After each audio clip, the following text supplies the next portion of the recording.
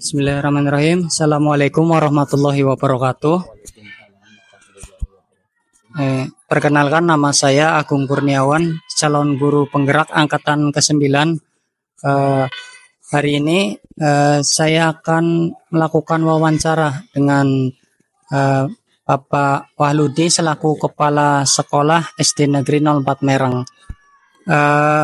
Di sini ada beberapa pertanyaan, Pak. Jadi saya akan mewawancarai tentang kepemimpinan Bapak selama ini. Yang pertama mungkin langsung saja ya, Pak. Untuk yang pertama itu selama menjadi kepala sekolah, Pak, adakah kira-kira kasus yang mengandung dilema etika atau bujukan moral, Pak? Monggo. Ya, terima kasih jawaban dari Pak Agung selaku CGP. Jadi selama saya menjabat kepala sekolah, ada beberapa kasus sekolah yang mengandung dilema etika dan atau juga yang mengandung bujukan moral. Kalau dilema etika itu kan kasus-kasus yang sama benarnya dan kita harus memutuskan yang paling tepat. Contohnya ketika kita hadapkan dengan kasus anak dan murid-murid yang tidak berangkat sekolah dalam suatu fase, apakah kita harus menemuinya atau selalu tidak? Ya, terima kasih. Kemudian gini, Pak, bagaimana Bapak mengidentifikasi, Pak, kasus-kasus yang merupakan dilema etika atau bujukan moral, Pak?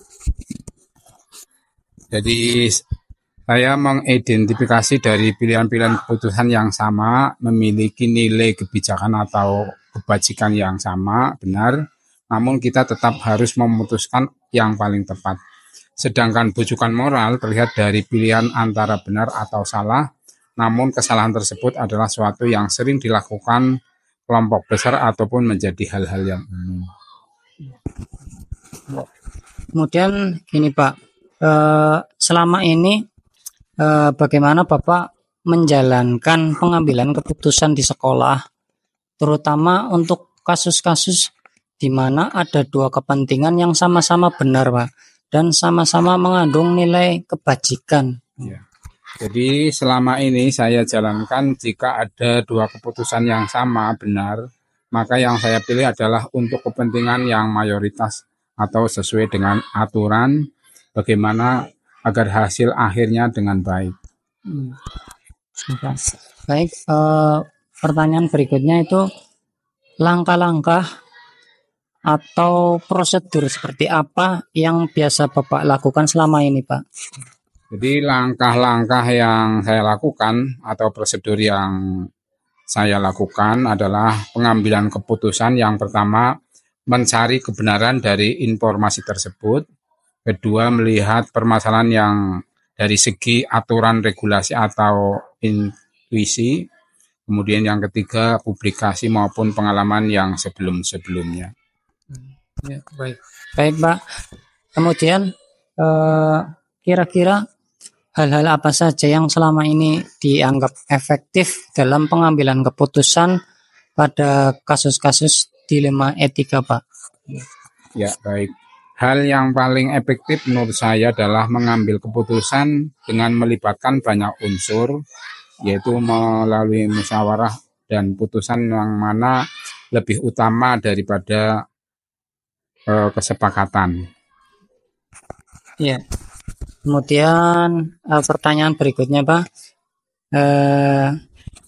hal-hal apa saja yang selama ini menjadi tantangan dalam pengambilan keputusan, Pak, pada kasus-kasus dilema etika? Ya, yang menjadi tantangan dalam pengambilan keputusan, kadang-kadang dalam suatu keputusan pasti ada pihak-pihak yang dirugikan, namun kita tetap harus memutuskan mana yang terbaik. Kemudian, Pak, untuk pertanyaan berikutnya, apakah Bapak memiliki tatkala atau jadwal tertentu dalam sebuah penyelesaian kasus dilema etika? Apakah Bapak langsung menyelesaikannya di tempat atau memiliki sebuah jadwal untuk menyelesaikannya? bentuk atau prosedur apa saja yang Bapak jalankan, Pak? Jadi ini tergantung dari kasus dilemanya. Jika itu kasus suatu yang mudah, kita putuskan saat itu juga, maka akan satu kesalahan diselesaikan di suatu tempat. Namun jika kasus dengan dilema yang melibatkan banyak unsur, maka saya selesaikan dengan prosedur atau rapat-rapat dulu dalam atau musyawarah. Juga. Kemudian gini Pak, kira-kira adakah seseorang atau faktor-faktor yang selama ini mempermudah atau membantu Bapak dalam pengambilan keputusan, terutama dalam kasus dilema etik ini, Pak? Ya, jadi faktor yang selama ini yang mempermudah dalam pengalaman saya, yaitu ya melibatkan stakeholder yang ada, baik kepala sekolah yang lama maupun guru yang ada yang berkompetensi ya, sekolah lain atau guru-guru yang lain yang pernah mengalaminya. Kemudian untuk pertanyaan yang terakhir Pak, dari semua hal yang telah disampaikan tadi, pembelajaran apa yang dapat Bapak petik dari pengalaman Bapak dalam mengambil keputusan dilema etika, Pak? Ya, pembelajaran yang dapat saya petik yaitu bahwa dalam mengambil sebuah keputusan kita harus memperhatikan beberapa hal, baik dari segi aturan, regulasi, intuisi, publikasi maupun pengalaman-pengalaman sebelumnya melalui penguatan musyawarah dari berbagai pihak. Ya, terima kasih Pak sudah berbagi pengalaman kepada saya. Semoga pengalaman ini dapat saya petik dan saya ambil hikmahnya Pak begitu. Nah, terima kasih sudah menyempatkan waktunya untuk wawancara hari ini. Saya akhiri. Wabillahi taufiq wal hidayah. Wassalamualaikum warahmatullahi wabarakatuh. Ya, bismillahirrahmanirrahim. Assalamualaikum warahmatullahi wabarakatuh. Waalaikumsalam. Perkenalkan, nama saya Agung Kurniawan, calon guru penggerak angkatan ke-9 dari SD Negeri 04 Mereng, Kecamatan Warungpring, Kabupaten Pemalang. Baik, di sini saya akan mewawancarai Bapak Abbas ya, dari SD Negeri 01 Warungpring. Baik, langsung saja untuk sesi wawancaranya. Selamat pagi Pak. Pagi Pak Agung. Oke Pak.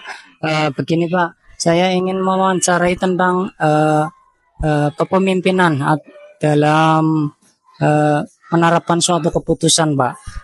Jadi pertanyaan yang pertama adalah selama menjadi kepala sekolah Pak, adakah kasus yang mengandung dilema etika atau bujukan moral, Pak? Terima kasih Mas Agung. Saya selama menjadi kepala sekolah tentu pernah mengalami kasus-kasus yang berkaitan dengan dilema etika maupun bujukan moral. Yang mana pada kasus-kasus yang dilema etika itu berarti saya dihadapkan oleh dua pilihan atau mungkin lebih yang sama-sama benar, yang saya harus memutuskan salah satu. Nah, itu. Kemudian yang kaitan dengan bujukan moral juga pernah, yaitu berkaitan dengan saya harus memutuskan di antara dua hal yang jelas benar dan salah. Nah, itu. Untuk yang dilema etika itu sebagai contoh, mungkin saat ini pun juga sedang saya hadapi juga belum selesai, yaitu tentang ini menghadapi jumlah guru yang kurang. Ini satu sekolah ada 6 rombel, sementara guru kelasnya hanya 3. Ini tentu tidak benar jika saya selaku kepala sekolah membiarkan ada kelas yang kosong. Sementara itu saya juga harus melaksanakan tugas sebagai kepala sekolah. Jadi dua hal yang benar ya harus saya tentukan, harus saya pilih salah satu atau mana dulu yang saya dahulukan itu. Terima kasih. Berarti ada satu dilema ya yang kekurangan guru ya Pak, begitu akhirnya mau tidak mau kepala sekolah juga harus masuk kelas seperti itu ya Pak. Baik, kemudian untuk pertanyaan berikutnya, bagaimana Bapak mengidentifikasi kasus-kasus yang merupakan dilema etika atau bujukan moral Pak? Itu membedakannya atau mengidentifikasinya bagaimana Pak? Ya Pak Agung, untuk dilema etika itu saya mengidentifikasi itu berdasarkan aturan. Ya. Ini dari misalnya ada 2 kasus atau lebih, saya tinjau dari segi aturannya dulu. Kalau secara aturan benar, oh ini berarti termasuk dilema etika. Kalau ternyata kok dalam aturannya kok salah, itu jelas berarti adalah bujukan moral. Untuk aturan ini kan kita selaku warga negara Indonesia ke negara hukum, tentu kita merujuk pada aturan-aturan perundang-undangan yang berlaku. Sekaligus juga kita sebagai umat yang religius, tentu juga kita rujukannya juga pada keyakinan atau agama yang kita anut itu Mas. Ya, terima kasih atas jawaban atas identifikasinya. Jadi intinya bisa dari aturan ataupun secara religius seperti itu Pak. Baik, untuk pertanyaan yang ketiga Pak, selama ini bagaimana Bapak menjalankan pengambilan keputusan di sekolah, terutama untuk kasus-kasus di mana ada 2 kepentingan yang sama-sama benar atau sama-sama mengandung nilai kebajikan. Bagaimana ini Pak? Ya Mas Agung, selama ini kalau saya harus menentukan pilihan salah satu dari kasus-kasus itu yang termasuk dilema etika, itu saya mempunyai atau saya berpegang pada minimal 2 sudut pandang atau 2 aspek. Yang pertama saya lihat dulu dari segi organnya,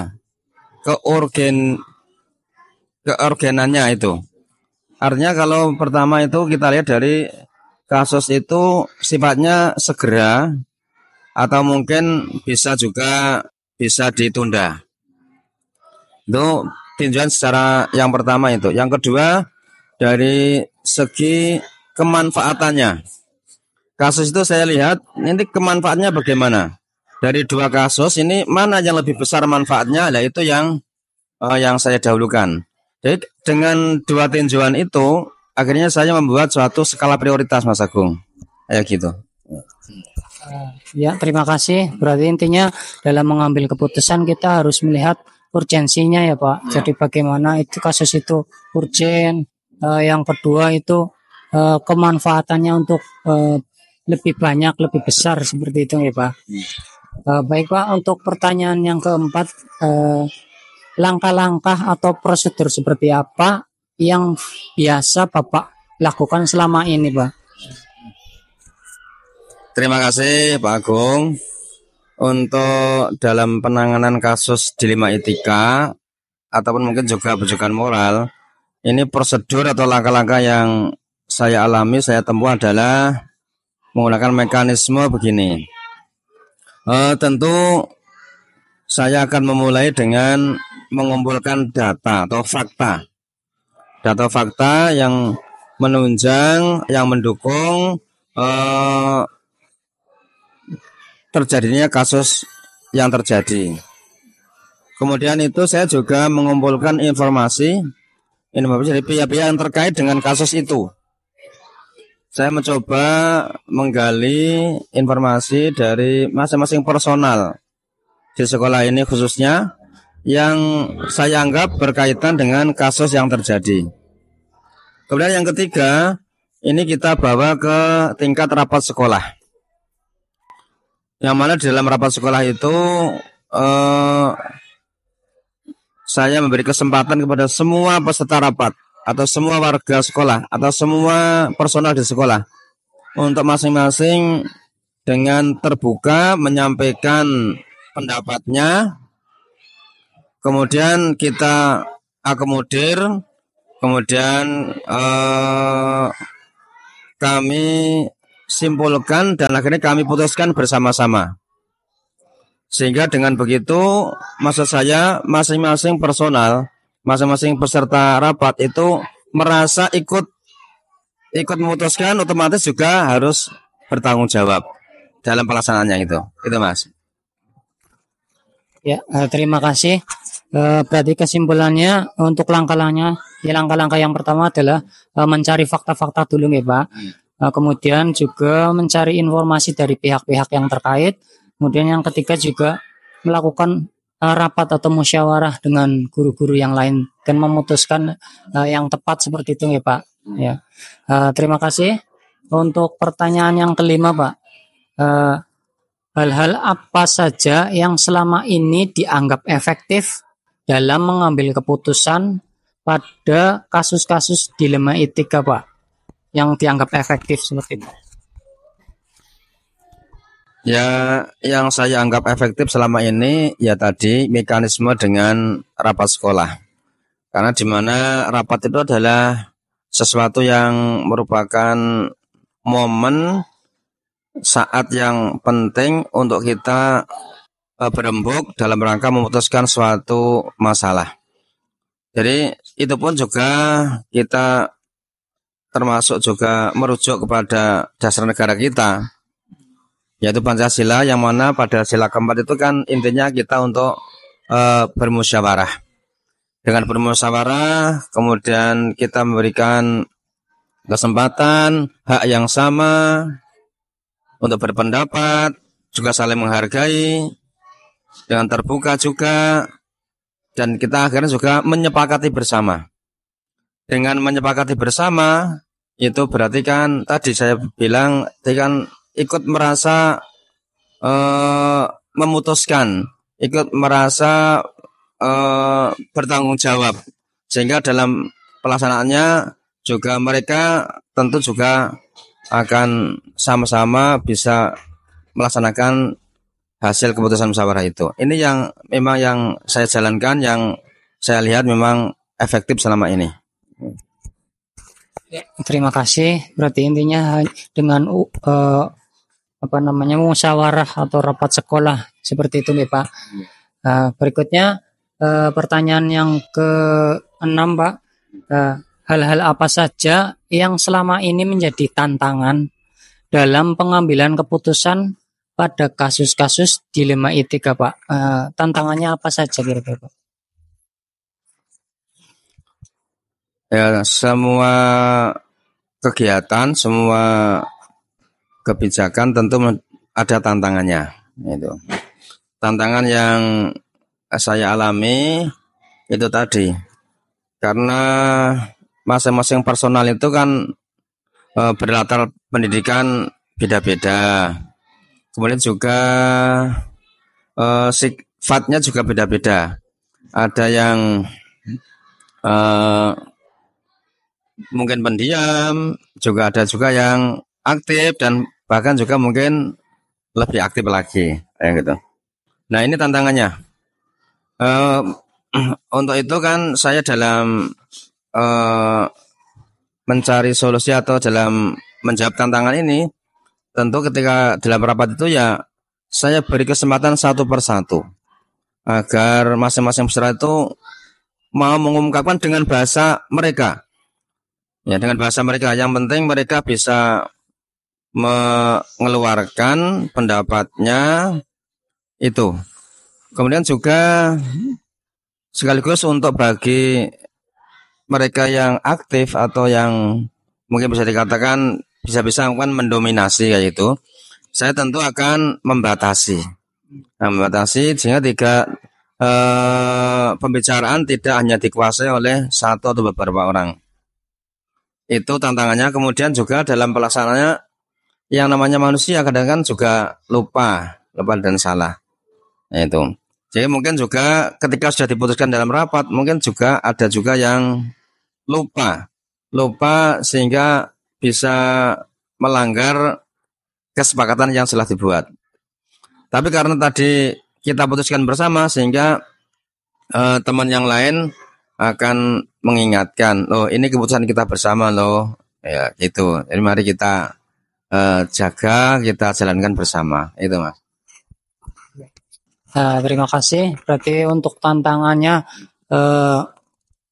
ketika sudah diputuskan hal tersebut masih ada yang melanggar seperti itu ya Pak. Itu merupakan salah satu tantangan dalam pengambilan keputusan. Nah, kemudian untuk pertanyaan berikutnya, apakah Bapak memiliki tatkala atau jadwal tertentu dalam sebuah penyelesaian kasus dilema? Apakah Bapak langsung menyelesaikannya di tempat atau memiliki sebuah jadwal untuk menyelesaikannya? Bentuk atau prosedur apa yang Bapak jalankan selama ini, Pak? Terima kasih Pak Agung. Untuk jadwal atau tata kala dalam penyelesaian kasus-kasus dilema etika ataupun mungkin juga bujukan moral, ini saya belum punya jadwal yang pasti, karena kasus itu adalah muncul secara tiba-tiba atau insidental. Nah, ketika muncul kasus itu, saya langsung berusaha untuk mengumpulkan tadi fakta-faktanya, datanya, dan menggali informasi dari personal yang terlibat. Kemudian saya bawa tadi ke ranah rapat sekolah.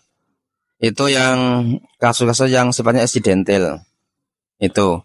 Namun secara umum ketika awal tahun pelajaran ataupun akhir semester menjelang pembagian rapot itu juga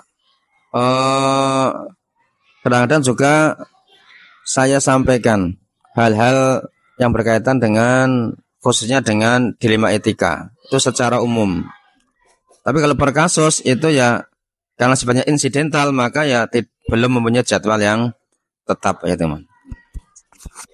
Terima kasih. Berarti intinya ketika kasus itu bisa diselesaikan dengan segera atau insidental itu bisa diselesaikan di tempat nih Pak. Tapi sekiranya ada permasalahan atau kasus yang setiap tahun terjadi itu memang sudah ada jadwalnya ya Pak. Misalnya di awal tahun atau di akhir tahun seperti itu ya Pak.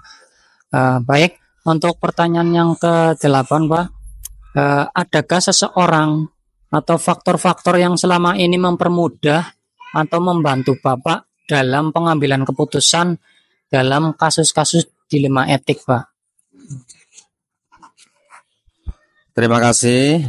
Untuk seseorang atau faktor-faktor yang membantu mempermudah dalam penyelesaian kasus-kasus dilema etika maupun bujukan moral ini tentu ada.